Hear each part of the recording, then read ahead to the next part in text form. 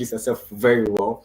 So for now, I want to say thank you for joining us, and then I'm hopeful that we're going to be impacted today because I've been through her profile and I see how impactful she is and passionate about leadership. And so, guys, let's welcome Miss Jen. You're welcome, Mom. Thank you. Thank you so much for having me. I'm looking forward to discussing kind of leadership and what that means, particularly for folks starting their leadership journey. It's an important piece. So, let's So good. So she'll be speaking on cultivating a culture of effective leadership by empowering other people.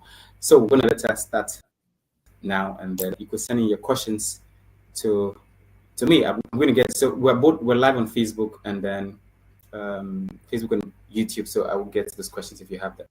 Okay, the floor is yours, Mom.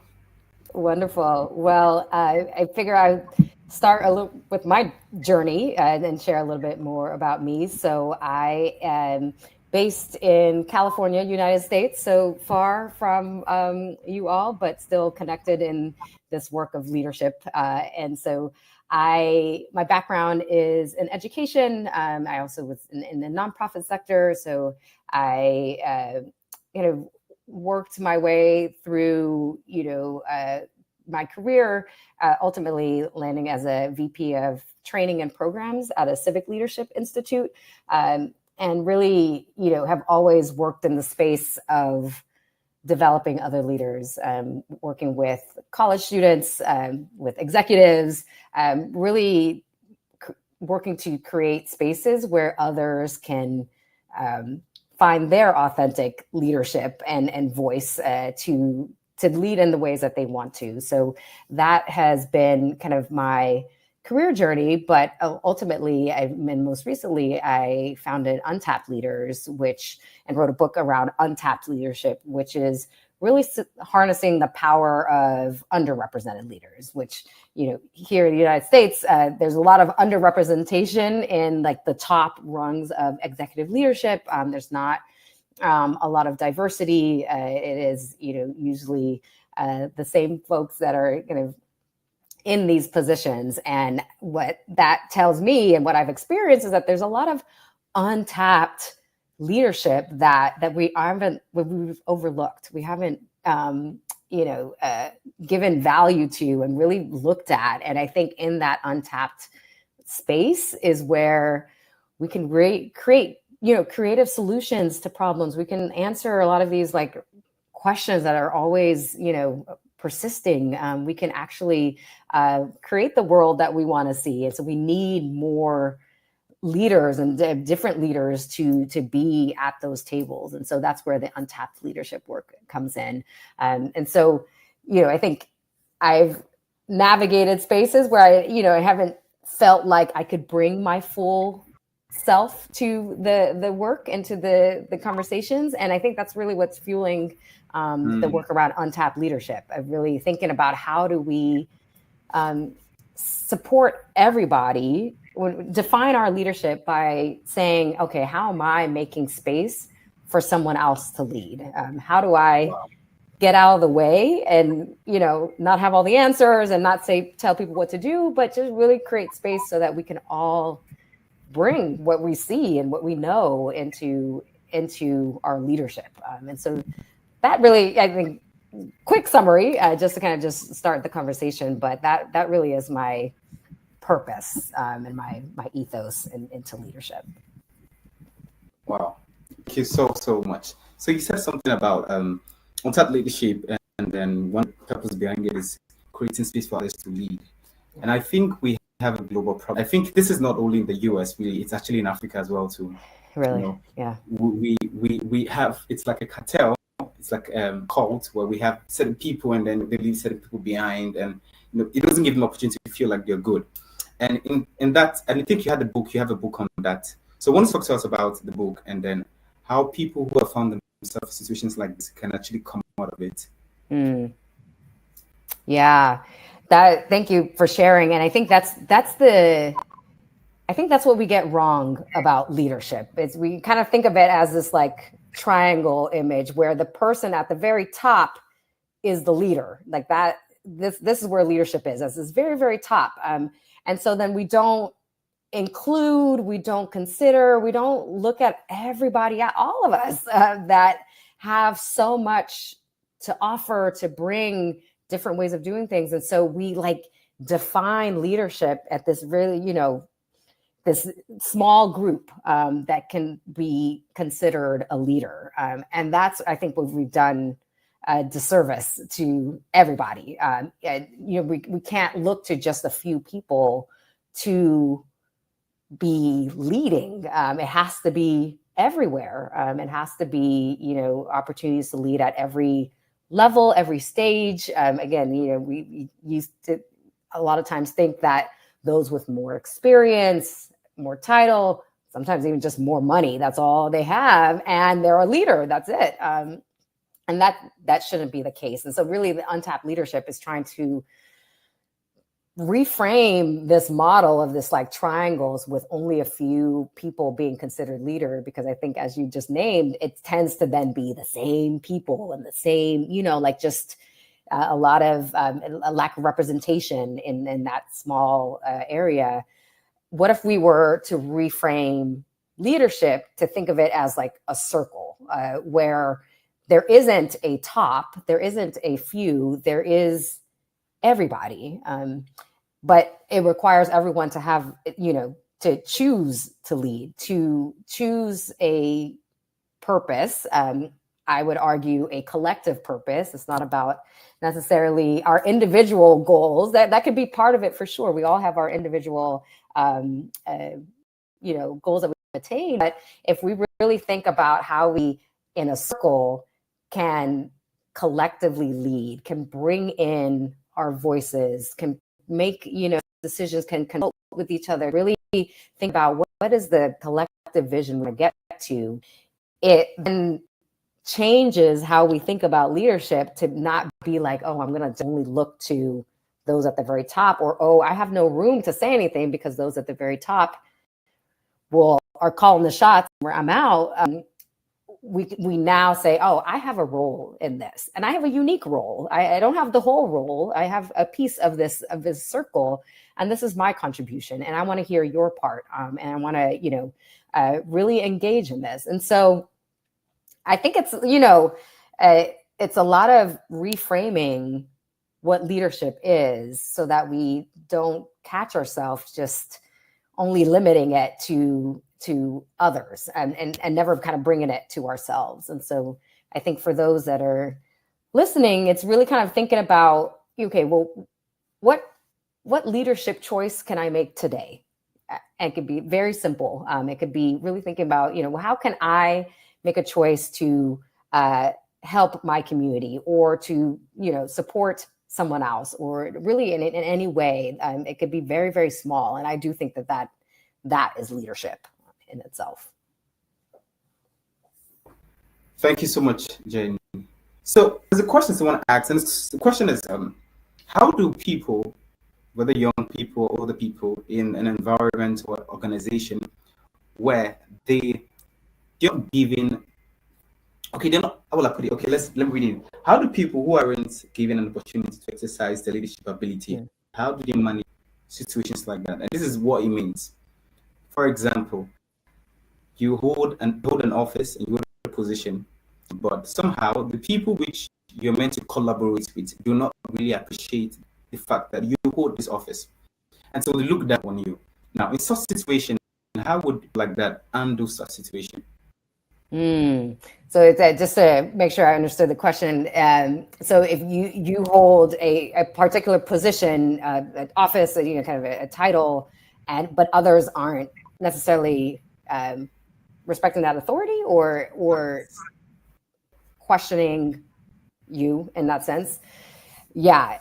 I mean, I think that's, that's common and that's challenging. And particularly, again, when thinking about leadership in any sense where you're not as represented, or, there's some dynamic that is, making that challenging for you. I am a big proponent, particularly if you hold a position or, some authority in that sense, to have direct conversations around it, to actually talk about the dynamic that you're observing. There's a lot of work, though, to think about within our like organizational systems, and the leaders I work with, we always want to build that kind of what I call contextual awareness, so that if you are going to speak directly to a challenge and bring it up and kind of say what's uncomfortable, it's like, yeah, I think there is, I'm observing some challenges with my making decisions here or my opinions here. I'd love to learn more about what your thoughts are. Sometimes that's not received well, if we are honest. But I think we have to think through, how can I address the challenge, because that is the leadership that's required of leadership. It is to address the challenges, but also be aware of the context of why that challenge is coming to you. Is there feedback that you have to integrate? Like, is there something that is that you should remain aware of in understanding kind of how you're operating as a leader? Or is it just based off of a bias or a assumption about your leadership? Or there's so much context that is probably informing that. So for the person who asked, like, is really kind of evaluating, how can I directly name this challenge, but in a way that is aware of, directly naming something can sometimes be challenging. So how can I prepare for a conversation in that sense? I hope I'm understanding that, if that was the context or the situation with that question. That's it. That is it. Yeah. So there's another question that I believe is very important, and then the person is asking, how important is hierarchy in organizational leadership? How important is it? They feel like, oh, you're a leader. But how important is hierarchy in organizational leadership? Yeah, that's a great question. Because we operate in hierarchies. That's how we organize ourselves. I'm going to offer a roundabout answer to this, because I think the way we operationalize hierarchy is more of a challenge than the hierarchy itself. I think there is benefit to organizing ourselves. We're a group of people, we're coming together for a business, for work, for whatever it may be. There has to be some type of organization to it. Now, there could be what we think of as a hierarchy, is like a wide base, like, entry level, early, then middle management, so kind of this middle bit's thinner, and then a small leader, like at the top, and that's kind of like the hierarchical triangle. I'm not opposed to the triangle. I'm opposed to all of the value and like intellect, like all of the leadership being interpreted as being at the top, or all of the pay, all the, like really kind of thinking about how we distribute and diffuse power so that it doesn't just sit at the top of the hierarchy, that everybody has power in the organization. And so I think that's where the hierarchy, I think, gets challenging, because then the power kind of goes up and decisions come down, and all these things that kind of come, information doesn't flow down. And how can we actually operationalize our hierarchy in a way that still remains a structure, like still remains a kind of a way to organize ourselves, knowing that, okay, someone at the top makes decisions in this lane, but others also make decisions or have autonomy to make decisions in these other lanes. I think that's like where we should explore evolving to. I think what's happened now is that, again, hierarchy has has turned into, just a lot of power holding in small spaces, and again, in not representative spaces. Wow. Does that make Wow. sense? So, yeah. No, that actually makes sense. That's actually very true. And I think it's a problem, and that's the reason why we have corruption in a lot of places, where you will see people, because of position, they bend rules, just to get there. And when they get there, then they lack the leadership understanding, and so therefore they act like, oh, they're tyrants when they get to these offices. So someone is asking a question, and I think it's very important. Someone is asking that they read your profile, and you've been able to collaborate with people to empower other people, and they're asking that, how were you able to achieve this? What obstacles were you able to experience, and how did you believe in yourself to the point where you believe that you could actually help people, you could help leaders that were less represented, and what inspired? Yeah, I think it first comes down to identifying, my values in leadership, my values in life, in working with others. I'm oriented towards collective. I was never the one to be like, okay, I'm the one in front, or I'm the one that's going to be in charge. Like that never resonated for me or my style. And so I've always kind of thought about, I am better when I'm connected with others, and I'm like able to learn from others, and really, I just find that dynamic experience to be what's most valuable for me in life. And so I think as I've built Untapped Leaders, and as I've thought about my definitions of leadership, and again, connecting it to underrepresented perspectives, I think the narrative tends to be, and again, it comes with like leadership theory and leadership books and like the popular books and all that. It's usually written in a way that there's like the one person, this is how you can do it as an individual. Like it's very individualistic.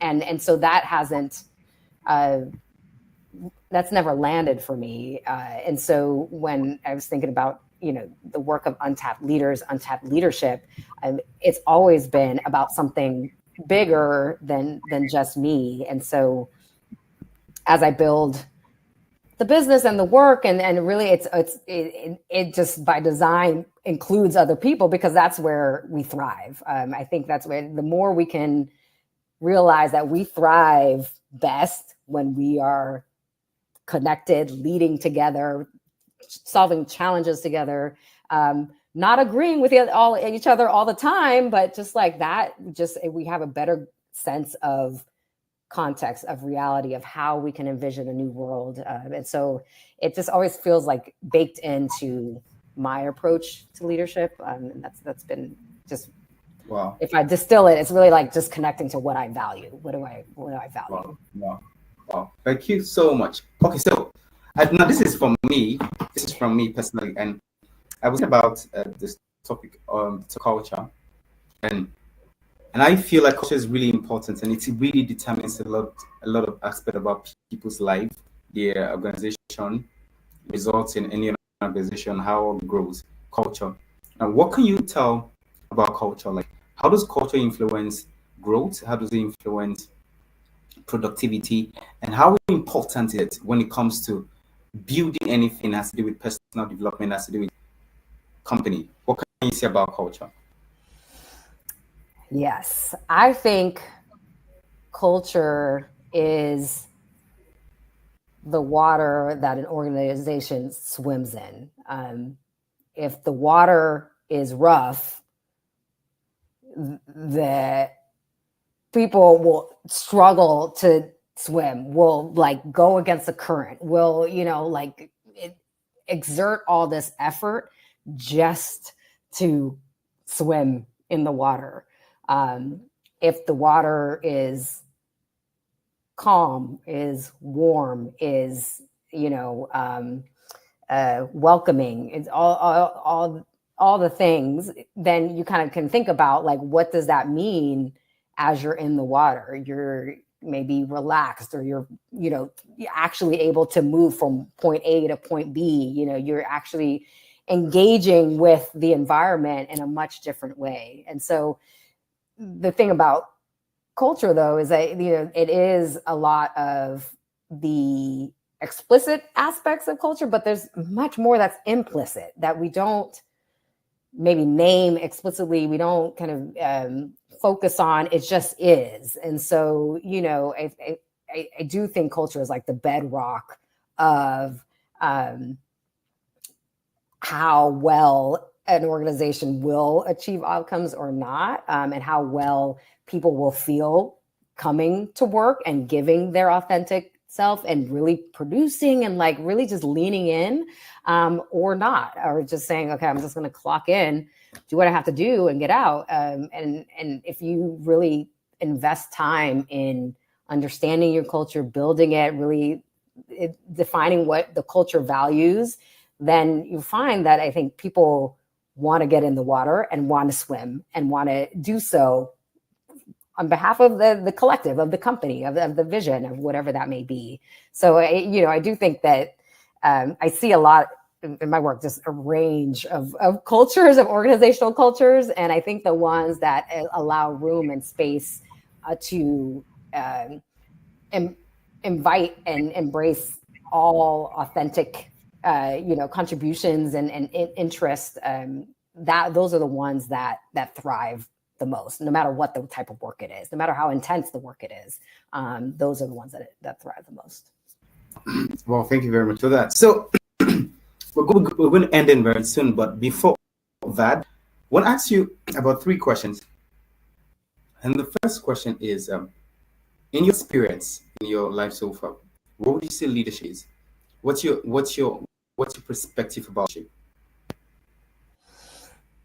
Yes, that's a great question. I think leadership is defined by the person. So I don't think there is this one wide swath of what leadership is. It can and should look differently for everybody. I think one underlying element of that, though, is it's like, leadership should be, and I am most compelled by leadership that is in service of something bigger than just you, in service of community, in service of a change, in service of, again, the world that we want to see. And so I think that will look different for everybody, that the way we express our leadership will look different. But if we're, again, leading towards a bigger purpose, I think that's the most impactful leadership that I've experienced. Wow. Thank you so much. Okay, so the other question is, you wrote a book on the Untapped Leadership. What can you tell us? Because I believe a lot of people would want to go with the book, yeah. And what can you tell us about the book? And then what inspired you to want to write the book? And what's your goal? What you wanted to achieve? How can people get in touch with you to get the book? Yeah. Thank you.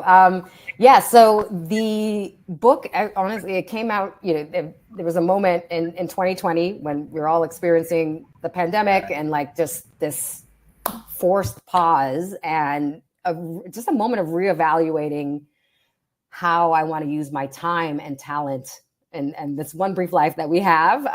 And my lane is leadership. I've always been facilitating leadership, and all of my schooling, I've kind of done the leadership classes and the management classes. And I came to this realization that a lot of the theories and books that are most popular, that serve as like the source of how we're defining leadership, they just weren't created by people that look like me, maybe even had someone like me in mind. And I just, in 2020, I had a moment, I was like, that's it. I've seen enough.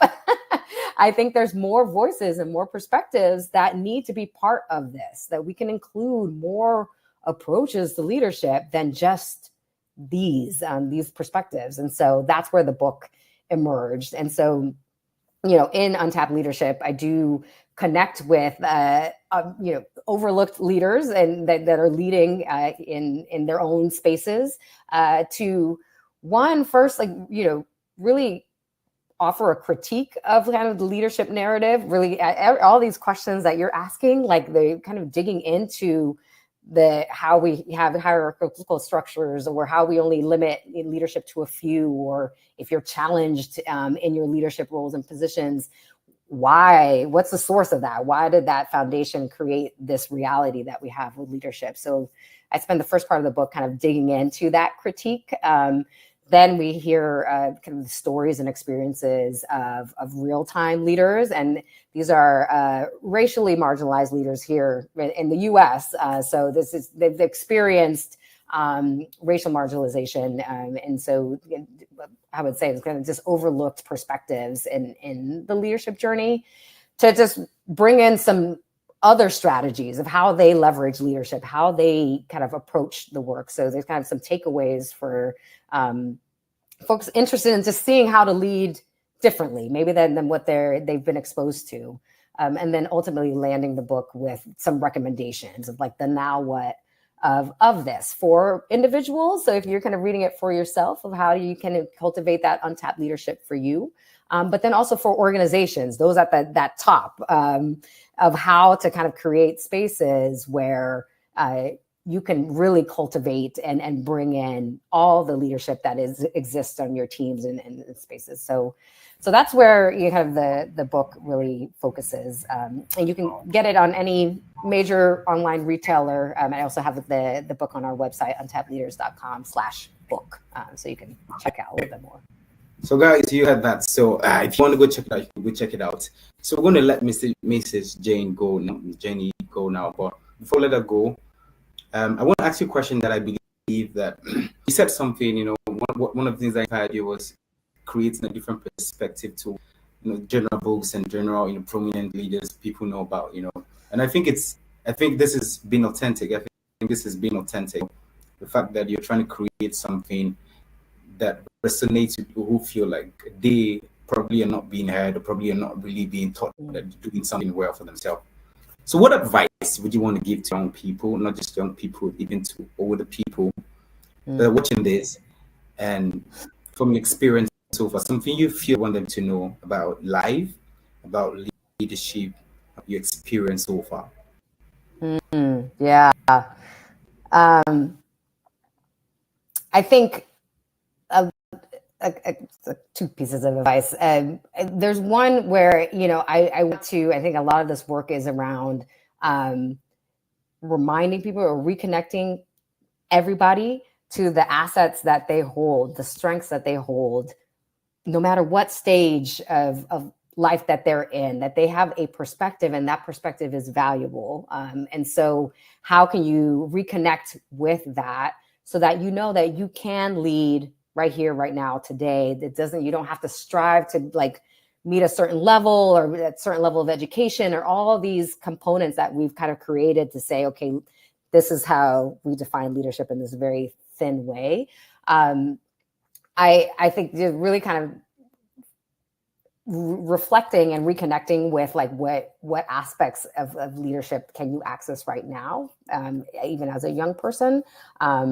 There's a lot of value in what you see and what you know. And so that's one piece of it. But the other side of it, to kind of operationalize this, and this has been a big piece of my own journey, is creating a reflective practice for yourself, a self-reflective practice. Like leadership first is about self-awareness, and really, in order to kind of build those connections with your strengths and your perspectives and maybe areas that you want to grow in and all that, your vision, your values, all that, you have to give yourself room to reflect, to think about, what that may be. And so I would encourage, just as a tangible exercise, spend a few minutes at the end of every day or at the end of a week, just to pause, just to be, and just to think like, okay, well, what went well?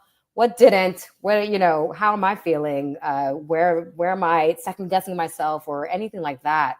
And if you give yourself room on a consistent basis, I think you're building a leadership muscle that is lifelong, that is invaluable. And then that is actually what allows you to support others' leadership, because you're now just more aware of self. You become more aware of others as well.